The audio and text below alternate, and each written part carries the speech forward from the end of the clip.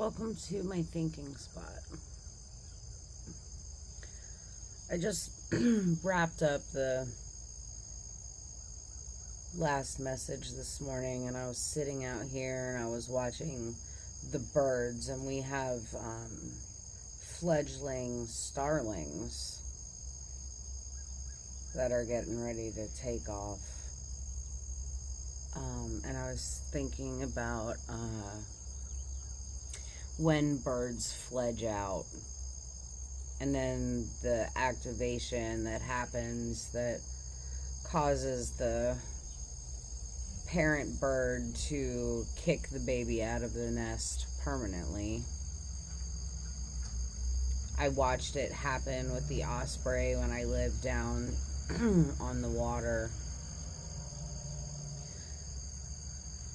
You know, they encourage the babies to go ahead and take flight, and they go out and they'll take small flights around the nest, and then they'll come back and they'll be like, look, Mom, look what I did. Like, you can watch it happen. And after about a week of this, the parents quit bringing food home.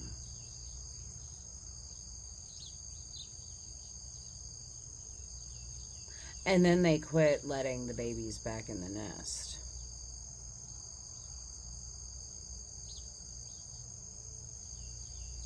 Yesterday, my daughter, she is not going to appreciate this because she hates when I share what's going on in our life on social. But last night, couldn't get a hold of my kid. Well, yesterday afternoon, I should say. Couldn't get a hold of my kid, and it started raining, and I had wash out here on the wash line drying. And it needed to come in because of the rain. And anyway, I sent her a text through both Facebook Messenger and on her phone and was like, hey, bring the laundry in by 12 because of the rain. I never heard from her. I left work yesterday at 4:30 and got home about 5 or so, and her dog and Nova, my older lab, they shit in my bedroom. The whole house smelled like shit.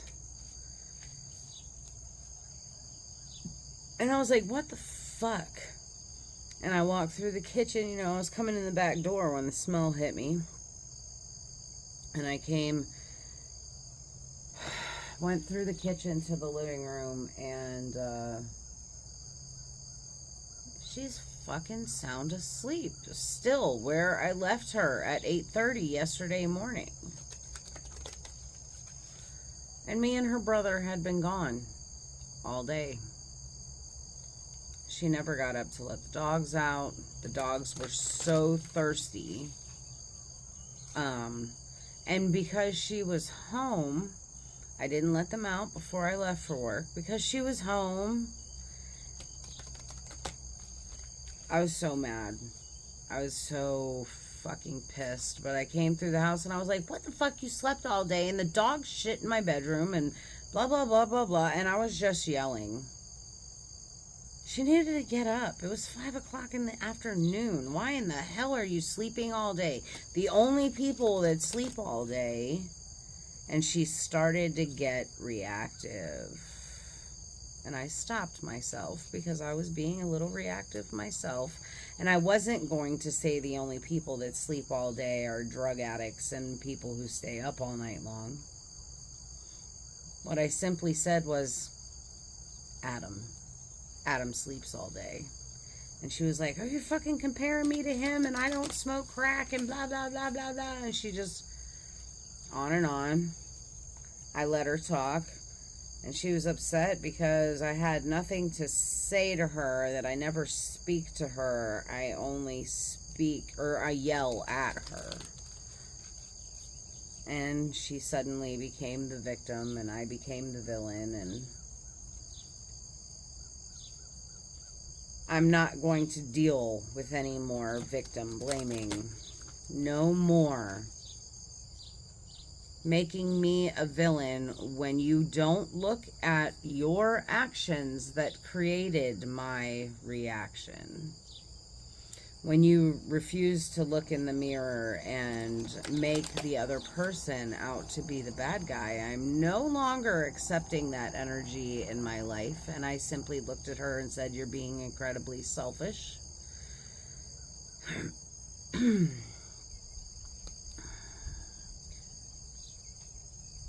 She stated that I have been very selfish, and yes, I have been. I've been very selfish. I have been very much in my own energy and keeping it for myself, because the fact of the matter is I have an 18 and a 19-year-old child that are living in my house. And one of them cannot understand why she has to be a productive member of this house in order to continue to live here. She doesn't have a job. She sleeps all day long. I ask her to do things around the house that need to be done, and she just ignores me and sleeps all day. My mom asks her to do things around the farm or give her money when she's not working.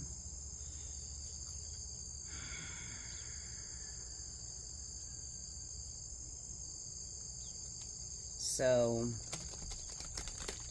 I had to let my fledgling fly, because if you're not understanding what the problem is at home, I need you to go out into the real world, and I need you to see exactly how the other side lives. There are consequences for our behaviors, and natural law will have to be allowed to reinforce those consequences. Now, there's a reason why I'm telling this story.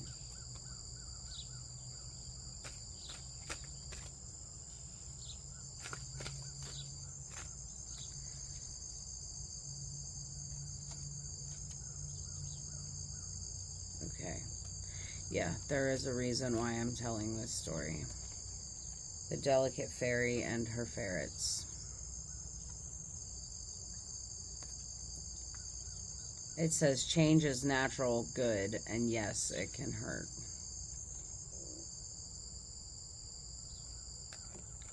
Childhood treasures resurface.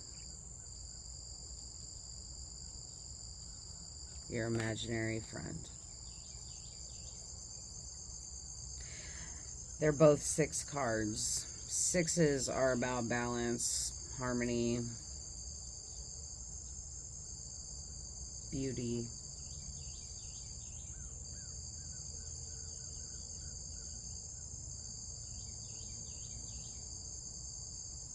I didn't have an imaginary friend growing up, but I had a mom who told wild stories that were incredibly engaging. And I remember just absolutely loving them so much that I would beg my mom not to leave my bedroom to tell one more story.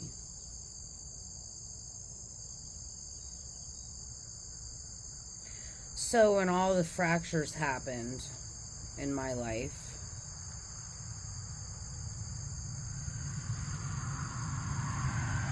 the mindsets and perspectives that were formed, my image of my mom changed. And I became a victim.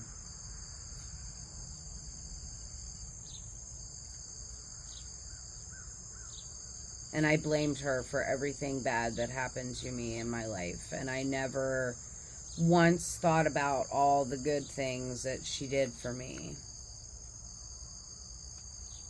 And there came a time when I was about 17 years old, almost 18, that my mom forced a fledging, and I didn't appreciate it.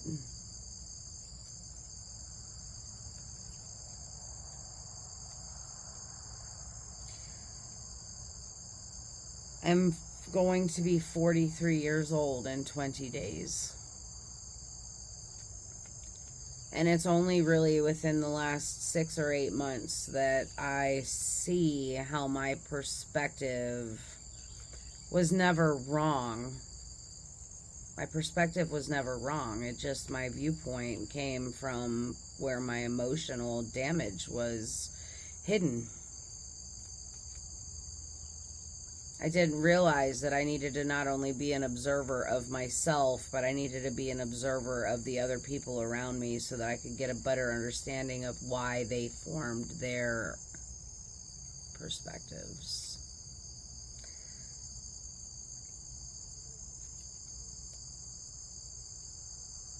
My child is going to have to learn some very valuable lessons in her reactionary behavior, because she is way more reactionary, I think, than I ever was.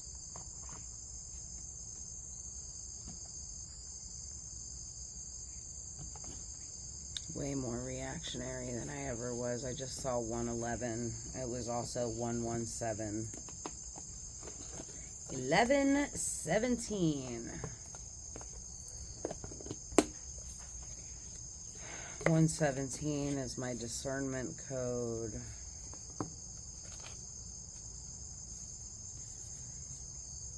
Yeah, so she's gonna have to go through some massive heartbreak, and she's going to create it. See, she doesn't understand that last night was about me protecting my boundaries, protecting my energy from my child, who I love very, very much. And I know that I know that she doesn't feel that from me, you know, and God bless her. She's so,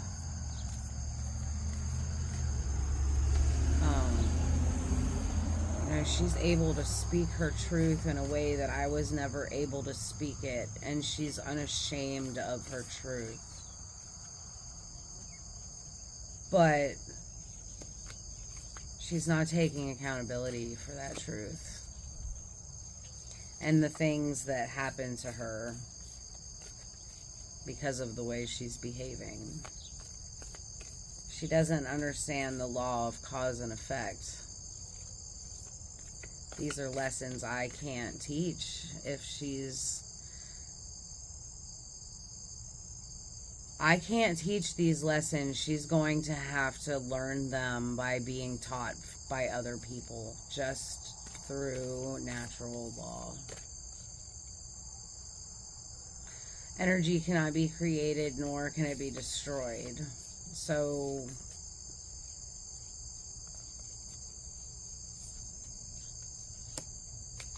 the bad juju is going to keep following her around until her attitude changes. And mommy can't fix everything. And mommy's an enabler, and now it's time for mommy to just let the kid fly. I just would like to point out 15 is 6, 24 is 6, and now we have card number 60. The kiss.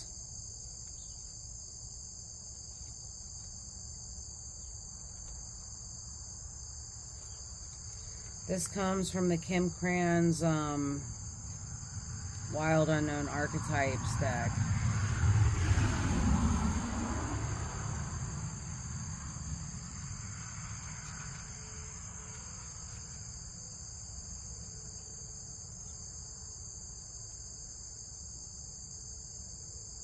And you're not going to believe this, but this card is not in the fucking book. Wow.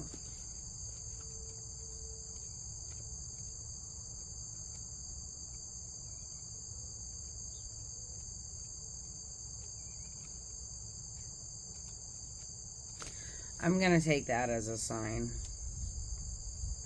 So it's card number 60.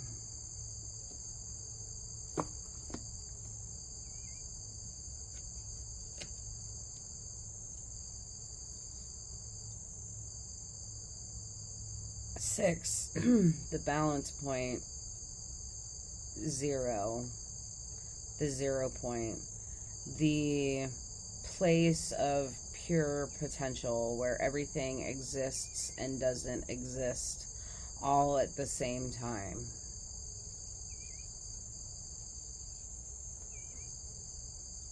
The liminal.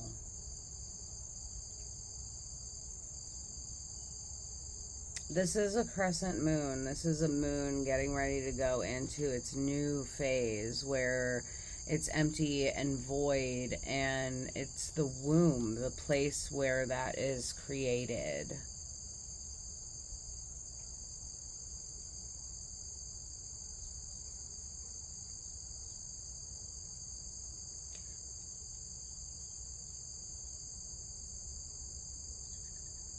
The kiss is the union of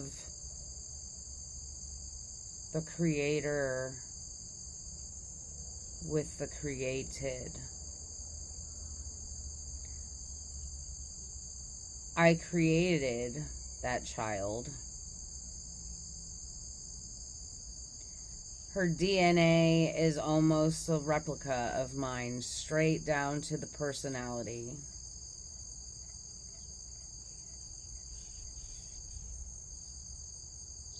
And I take accountability for her behavior because she was my... So I was saying I take accountability for that behavior of hers. I take accountability for it because I created it. I created that monster because I didn't want to repeat trauma in my kids that I had to endure, but I didn't realize that neither one of my parents had ever been parents before.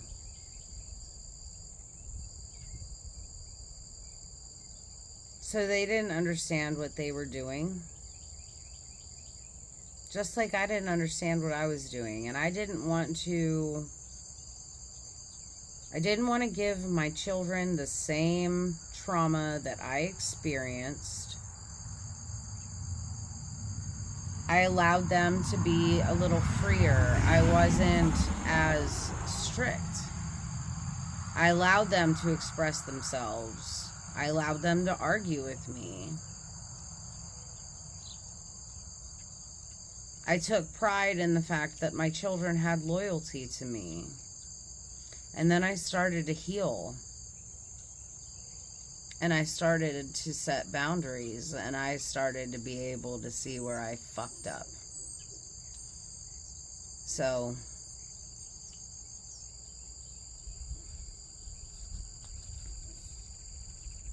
the kiss,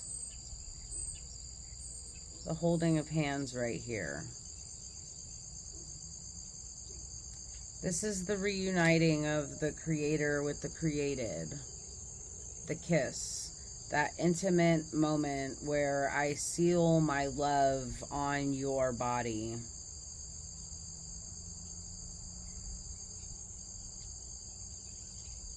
And love is the fabric of all existence.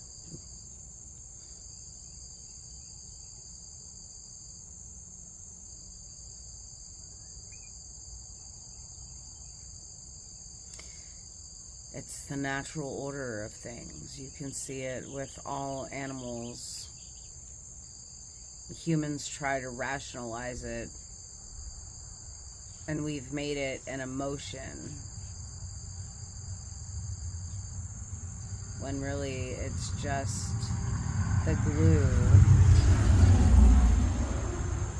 that turns chaos into order.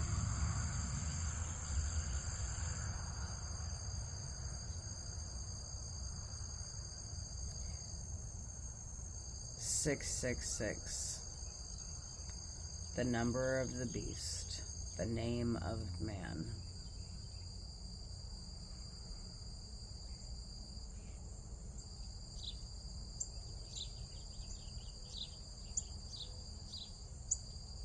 We are the beast and we are God. 666, on the periodic table of elements, It's carbon. It's what we're made of. It's the number of electrons, protons, and neutrons within a particle of carbon. And everything on this planet is made of that. The beast is just a construct. The beast is nothing more than our ego.